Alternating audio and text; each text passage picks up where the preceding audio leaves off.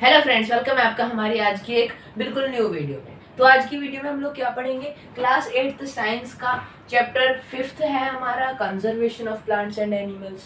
तो ये हमारा चैप्टर है, इसमें हमें बताया गया है प्लांट्स और एनिमल्स के बारे में जनरली, और ये सब कहाँ कहाँ रहते हैं, कैसे किस जगहों पे पाए जाते हैं, क्या क्या होते हैं, इनके टाइप्स कैसे कैसे होते हैं। तो ये सारी बातें इस चैप्टर में डिस्कस करी गई है। तो पॉइंट बाय पॉइंट पढ़ने वाले हैं और अच्छे से एक्सप्लेन होगा वो आपके लिए। तो सबसे पहला पॉइंट देखें, the cutting of trees at a large area is called deforestation. यानी कि यहाँ पे सबसे पहला टॉपिक आ चुका है हमारे चैप्टर में, डिफोरेस्टेशन। डिफोरेस्टेशन क्या होता है, एक लार्ज एरिया पे जब पेड़ों को काटा जाता है, जब एक बड़े पैमाने पे पेड़ों की कटाई होती है, तो उस टर्म को क्या कहा जाता है, डिफोरेस्टेशन कहा जाता है। सम कॉन्सिक्वेंसेज ऑफ डिफोरेस्टेशन आर, तो डिफोरेस्टेशन के कुछ कॉन्सिक्वेंसेज होते हैं, यानी कि जब डिफोरेस्टेशन होती है, जब पेड़ कटते हैं, तो उसके बहुत ज़्यादा नेचर पे प्रभाव पड़ते हैं। तो सबसे पहले देखते हैं डिफोरेस्टेशन होती क्यों है। देखिए, लोग हर काम तो अपना लोहे से, कॉपर से, सोने से, हीरे से, ये सब तो कर नहीं सकते, तो वो पेड़ों का भी बहुत सारा इस्तेमाल करते हैं। किन किन चीज़ों में, वो पेड़ों से फर्नीचर बनाने में यूज़ करते हैं, पेड़ों से वो अपने घरों को बनाने में यूज़ करते हैं, पेड़ों को वो कल्टीवेशन के लिए यूज़ कर सकते हैं। हम लोग कह सकते हैं इंग्लिश में procuring land for cultivation, and trees are used for making furniture and houses. And कुछ एरिया पे जो पेड़ होते हैं वो फ्यूल के रूप में भी इस्तेमाल करे जाते हैं। जैसे कि विलेजेस में देख लें, तो विलेजेस में ज़्यादा लोग ऐसे हर जगह कोल तो लेके घूमेंगे नहीं ना, फ्यूल लेके, तो वो पेड़ों को फ्यूल के रूप में इस्तेमाल करते हैं। तो ये कुछ हो गए मेजर यूजेस हो गए हमारे ट्रीज के, कि जिस वजह से लोग जो है वो डिफोरेस्टेशन करते हैं, यानी कि पेड़ों को काटते हैं। तो कॉन्सिक्वेंसेस देखें, जो नेचर होता है उस पर क्या प्रभाव पड़ता है। तो increase of temperature and pollution level, यानी कि हमारे नेचर में टेम्परेचर बहुत ज़्यादा इंक्रीज हो जाता है और पोल्यूशन बहुत ज़्यादा इंक्रीज हो जाता है। सेकंड देखें, increase of carbon dioxide in atmosphere, यानी कि एटमॉस्फेयर में कार्बन डाइऑक्साइड की अमाउंट बहुत ज़्यादा हो जाती है, क्योंकि पेड़ तो रहेंगे नहीं, और पेड़ों को किस चीज़ की जरूरत होती है, अपना खाना बनाने में, जिस प्रोसेस को हम लोग कहते हैं फोटोसिंथेसिस। तो फोटोसिंथेसिस में पेड़ों को मेनली कार्बन डाइऑक्साइड चाहिए होती है, जो कि जब पेड़ ही नहीं होंगे तो कार्बन डाइऑक्साइड यूज़ कौन करेगा, इसीलिए कार्बन डाइऑक्साइड की भी अमाउंट बहुत ज़्यादा बढ़ जाएगी। और ground water level get lowered, यानी कि जो ग्राउंड वाटर होगा वो लो हो जाएगा बहुत ज़्यादा, क्योंकि उससे कि हमारे पेड़ ट्रांसपीरेशन नहीं करेंगे, ट्रांसपीरेशन नहीं होगी तो फिर हमारे जो वाटर होगा वो ज़्यादातर वेपर बन के आसमान में नहीं जाएगा, जिससे कि रेन नहीं होगी, और रेन नहीं होगी तो हमारे पास पीने के लिए पानी नहीं बचेगा, जिससे हम लोग मेनली क्या चीज़ यूज़ करेंगे, ग्राउंड वाटर यूज़ करेंगे। इस वजह से हमारे ग्राउंड वाटर का लेवल जो होगा वो बहुत ज़्यादा कम हो जाएगा। दूसरा पॉइंट देखें, a long period without rain leading to a severe shortage of water in the region is known as drought, यानी कि यहाँ पे ड्रॉच बोला गया है। तो ड्रॉच का मतलब क्या है, जब भी एक लॉन्ग पीरियड, यानी कि एक बहुत ज़्यादा लंबे समय तक किसी भी जगह पर बारिश नहीं होती है और वहाँ पर पानी की शॉर्टेज हो जाती है, और जमीनें आपने देखी होंगी, जमीनों में जैसे ये हमारा लैंड है, इस लैंड में ऐसे ऐसे दरारें आ जाती हैं जगह जगह पे, है ना, ऐसे ऐसे दरारें आ जाती हैं लोग। तो कहीं भी ऐसे लॉन्ग में दरारें देखेंगे हम लोग, ऐसे लैंड में दरारें देखेंगे, तो वो हमारा ड्रॉच होगा वहां पर, यानी कि पानी की बहुत ज्यादा शॉर्टेज होगी। थर्ड पॉइंट देखें, a flood is an overflow of water on land, यानी कि यहाँ पर फ्लड की बात करी गई है। तो फ्लड मतलब हिंदी में सोचे कहें हम लोग तो क्या होगा, वो बाढ़।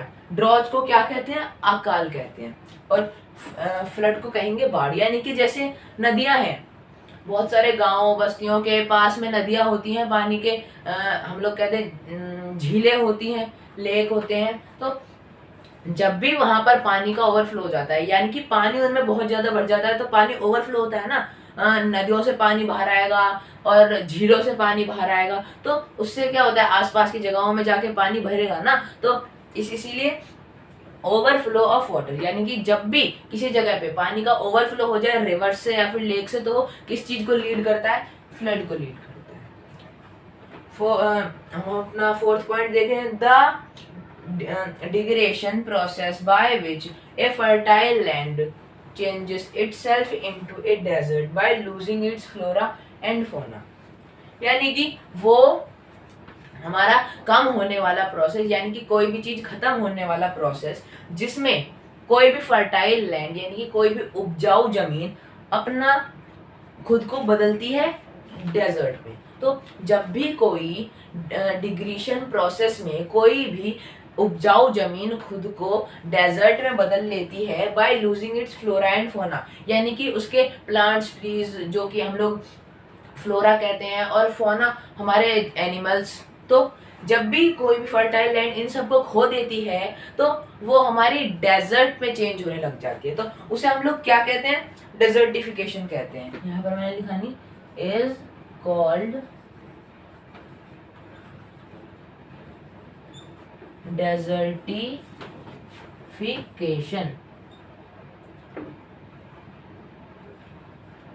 ओके तो ये होता है हमारा डेजर्टिफिकेशन, जिसमें कि क्या होता है, जो हमारी फर्टाइल लैंड होती है वो हमारी एक्सपोज हो जाती है, यानी कि जो फर्टाइल लैंड है वो हमारी बिल्कुल खत्म हो जाएगी। वहाँ पे फ्लोरा नहीं होंगे, फोना नहीं होंगे, पानी भी नहीं होगा। तो ऐसे क्या होता है, जो वहाँ पे डेजर्ट बनना शुरू हो जाएगा। वहाँ पर हमारा जो फर्टाइल लैंड होगी उसे वो रेत में कन्वर्ट होने लगेगी, जो फर्टाइल लैंड थी वो एक्सपोज हो जाएगी यानी खत्म हो जाएगी। तो ठीक है, तो ये हो चुके हमारे कुछ पॉइंट्स। अब हम लोग देखते हैं हमारे आगे के पॉइंट्स जो कि हमारे आगे के टॉपिक्स में है।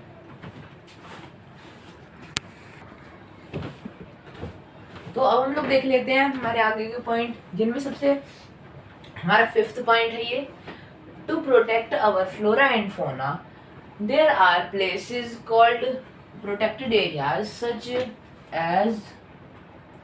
such as wildlife sanctuaries, biosphere reserve etcetera. तो देखते हैं हम लोग, जब to protect our flora and fauna, यानी कि हमारे फ्लोरा और फोना को प्रोटेक्ट करने के लिए हमारे कुछ प्लेसेस होते हैं। There are places called protected areas, यानी कि कुछ प्लेसेस होते हैं हमारे फ्लोरा और फोना को जहाँ पर प्रोटेक्ट करा जाता है, जिन्हें हम क्या कहते हैं? प्रोटेक्टेड एरियाज कहते हैं। जिनमें से कुछ है हमारे wild life sanctuary, biosphere reserve etcetera, और भी होते हैं, यहाँ पर मैंने सब बताया। तो वाइल्ड लाइफ सेंचुरीज देखते हैं क्या होता है। Areas where animals are protected from any disturbance to them and their habitat, यानी कि वो प्लेस जहाँ पर एनिमल्स प्रोटेक्ट करे जाते हैं, जहाँ पर कोई भी डिस्टरबेंस नहीं होता, किन्हें? एनिमल्स को डिस्टरबेंस नहीं होता और उन एनिमल्स के हैबिटेट को कोई भी कुछ भी हार्म नहीं पहुंचा सकता। तो वो हमारा वाइल्ड लाइफ सेंचुरीज होता है। और वाइल्ड लाइफ सेंचुरीज की एक और खास बात, जैसे कि हम लोग और जगहों पे जाते हैं तो वहाँ पर जैसे कि हम लोग जू ले लें, तो जू में लोग उनके पिक्चर्स नहीं वो कर सकते, कोई एनिमल हार्म कर रहा है तो वहाँ पर भी नहीं कुछ कर सकते। तो ऐसा ही सेम वाइल्ड लाइफ सेंचुरी में होता है। लेकिन हम ले लेते हैं नेशनल पार्क्स।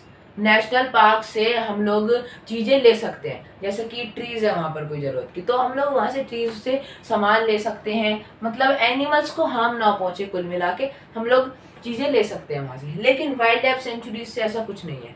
वहाँ पर एनिमल्स को सबसे पहली बात हार्म नहीं पहुँचा सकते हम लोग, उनका हैबिटेट हम लोग नहीं स्टील कर सकते, यानी कि हैबिटेट से कोई भी सामान नहीं ले सकते हम लोग उनका। ये हमारे वाइल्ड लाइफ सेंचुरीज के रूल होते हैं।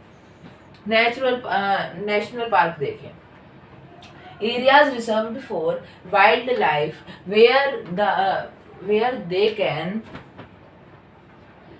Can freely use the habitats and natural resources, यानी कि वो एरियाज जहाँ पर वाइल्ड लाइफ को रिजर्व करा जाता है, जहाँ पर वो जो वाइल्ड लाइफ में एनिमल्स होते हैं वो वहाँ का हैबिटेट और नेचुरल रिसोर्सेज यूज कर सकते हैं फ्रीली, मतलब कहीं भी जाकर उस नेशनल पार्क में यूज कर सकते हैं। Biosphere reserve, large areas of protected land for conservation of wildlife, plant and animals, resources of and traditional life for tribal living in the area, यानी कि अब आ चुका हमारा बायोस्फीयर रिजर्व। तो बायोस्फीयर रिजर्व हमारी, हम लोग कह सकते हैं national park, wild life sanctuary, इनका मिक्सचर है। और हमारे जो लिविंग रहती हैं, जो हमारे सिटीज़ में विलेजेस में रहती हैं, जो ट्राइब्स कहते हैं हम लोग। ये सारे तो पीपल हो गए हमारे नॉर्मल, ट्राइब्स कहते हैं हम लोग जनजातियाँ, वो सारी चीज़ें। तो इन सारी चीज़ों का मिक्सचर है बायोस्फीयर रिजर्व। जहाँ पर लार्ज एरिया होता है वहाँ पर लैंड को प्रोटेक्ट करा जाता है, किन को कंजर्व करने के लिए, वाइल्ड लाइफ को, प्लांट्स को, एनिमल्स को और उनके रिसोर्सेज को, और traditional life for tribal living in the area, यानी कि जो ट्राइब्स रहती हैं उनका ट्रेडिशनल लाइफ को रिजर्व करते हैं, जिससे कि वहाँ पे ट्राइब भी रहती हैं। ओके, तो ये हो गया हमारा बायोस्फीयर रिजर्व। तो ये हमने कर लिया हमारे 1 2 3 4 पॉइंट और कर लिया हमने। अब हम लोग आगे बढ़ते हैं।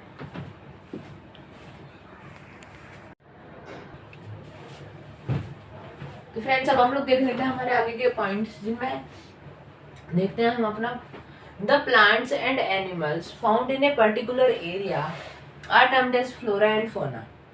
यानी कि एक पर्टिकुलर एरिया कहते हैं हम लोग, यानी कि जहाँ भी हमें एनिमल्स एंड प्लांट्स मिलते हैं, प्लांट्स एंड एनिमल्स मिलते हैं, और उन्हें क्लासिफाई करने के लिए, उन्हें डिस्क्राइब करने के लिए एक टर्म का इस्तेमाल करा जाता है, एक नहीं 2 टर्म, फ्लोरा एंड फौना। तो फ्लोरा हमारा किसे डिस्क्राइब करता है, प्लांट को करता है, और फौना किसे करता है, एनिमल्स को करता है। ओके, नेक्स्ट देखें, endemic species are those species that endemic species are those species, यहाँ पे मैं मिटा देता हूँ इसे, मैंने जा are those species of animals and plants can be found only in a particular area are known as endemic species. यानी कि यहाँ पे मैंने ज़्यादा लिख दिया था इसलिए मैंने मिटा दिया, मैंने 2 वर्ड एक साथ लिख दिए थे दूसरी बार। तो समझते हैं क्या है एंडेमिक स्पीशीज क्या होती है। यानी कि वो स्पीशीज जो कि किसी एक पर्टिकुलर एरिया में ही हमें मिल सकती हैं। जैसे कि हम लोग बंगाल टाइगर देखें, वो हमें बंगाल की यानी कि नॉर्थ ईस्टर्न साइड में मिलते हैं। और हम लोग एशियाटिक लॉयन देखें तो जो एशियन लॉयन होता है वो हमें सिर्फ एशिया में देखने को मिलता है। हम लोग ब्लैक पैंथर देखें सिर्फ अफ्रीका में देखने को मिलेगा। और ऐसे ऑस्ट्रिच ले लें, ऑस्ट्रिच भी हमें ऑस्ट्रेलिया, अफ्रीका जैसी जगहों पे ही देखने को मिलेगा। तो ऐसे एनिमल जो कि किसी पर्टिकुलर एरिया पर ही मिलते हैं वो क्या कहलाए जाते हैं, एंडेमिक स्पीशीज कहलाई जाती है। ऐसी species endangered animals, the animals which are going to be extinct in future are classified as endangered animals। यानी कि वो एनिमल्स जो कि इन द फ्यूचर एक्सटिंक्ट होने वाले हैं, विलुप्त होने वाले हैं, उन्हें हम लोग एंडेंजर्ड एनिमल कहते हैं। The government started a project called Project Tiger for conserving of tigers in our country। यानी कि हमारी कंट्री की जो गवर्नमेंट है उसने एक प्रोजेक्ट शुरू करवाया जिसका नाम है प्रोजेक्ट टाइगर। किस लिए करवाया, टाइगर्स को कंजर्व कराने के लिए। नेक्स्ट देखें, a community of living organisms, living organisms की एक कम्युनिटी और उनकी फिजिकल एनवायरनमेंट जहाँ पर वो एक दूसरे के साथ इंटरेक्ट कर सकते हैं एक पैसिफिक एरिया के अंदर, उसे क्या कहते हैं हम लोग, इकोसिस्टम कहते हैं। ओके, तो ये हुए हमारे 5 और पॉइंट। तो अब हम लोग हमारे लास्ट के कुछ पॉइंट देख लेते हैं जिससे कि हमारा चैप्टर बिल्कुल अच्छे से क्लियर होगा और समझ में आएगा। तो फ्रेंड्स अब हम लोग देख लेते हैं हमारे last but not the least, हमारे 3 पॉइंट्स बचे हैं हमारे chapter conservation of plants and animals के। तो पढ़ते हैं हमारा a document that keeps record of all endangered species of animals and plants is called, हम लोग मैं लिख देता हूँ यहाँ पे, is called red data book. Okay, तो ये हो गया हमारा किस चीज के बारे में है। तो रेड डेटा बुक क्या होती है, एक document, a document that keeps record of all endangered species, यानी कि एक डॉक्यूमेंट जो कि सारी प्लांट्स एंड एनिमल्स के इंडेंजर्ड स्पीशीज का रिकॉर्ड रखती है, उसे हम लोग क्या कहते हैं, रेड डेटा बुक कहते हैं। दूसरा देखें, a way to move from one place to another in order to live and work is called migration. यानी कि एक वे जो कि एक स्थान से दूसरे स्थान पर, यानी कि एक जगह से दूसरी जगह पर मूव करना। किस चीज के लिए?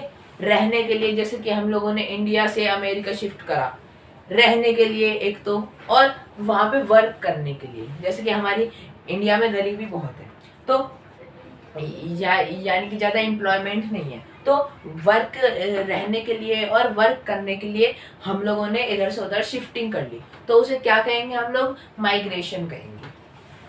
लास्ट देखें हम लोग इस चैप्टर का, the process of restoring forest and woodlands that have been destroyed और damage usually through deforestation and wild fires is called reforestation. यानी कि जो फॉरेस्ट होते हैं वो हम लोग ही जो उन्हें डिफॉरेस्टेशन के थ्रू खत्म करते हैं, यानी कि उन्हें डैमेज करते हैं और उन्हें डिस्ट्रॉय करते हैं फॉरेस्ट को डिफॉरेस्टेशन करके। और ज़्यादातर वहाँ पे वाइल्ड फायर्स भी जल जाती हैं, जैसे कि हमने पिछले चैप्टर में पढ़ा था जो वाइल्ड फॉरेस्ट होते हैं उनमें कैसे आग लग जाती है ऑक्सीजन की वजह से, तो वाइल्ड फायर्स की वजह से भी आग लग जाती है। तो इनसे जो फॉरेस्ट होते हैं वो डिस्ट्रॉय भी होते हैं, डैमेज भी होते हैं। तो इन फॉरेस्ट और वुडलैंड्स को रिस्टोर करने का जो प्रोसेस होता है उसे हम लोग क्या कहते हैं? रिफॉरेस्टेशन कहते हैं। ओके फ्रेंड्स, तो ये चैप्टर हो चुका है हमारा फिनिश। अगर आपको हमारी वीडियो आज की पसंद आई हो तो हमारी वीडियो को लाइक करें, चैनल को सब्सक्राइब करें और ज़्यादा से ज़्यादा लोगों को शेयर करें, जिससे आपको ऐसी हमारी शानदार एग्जाम्स के लिए प्रिपरेशन वाली वीडियोस मिलती रहें।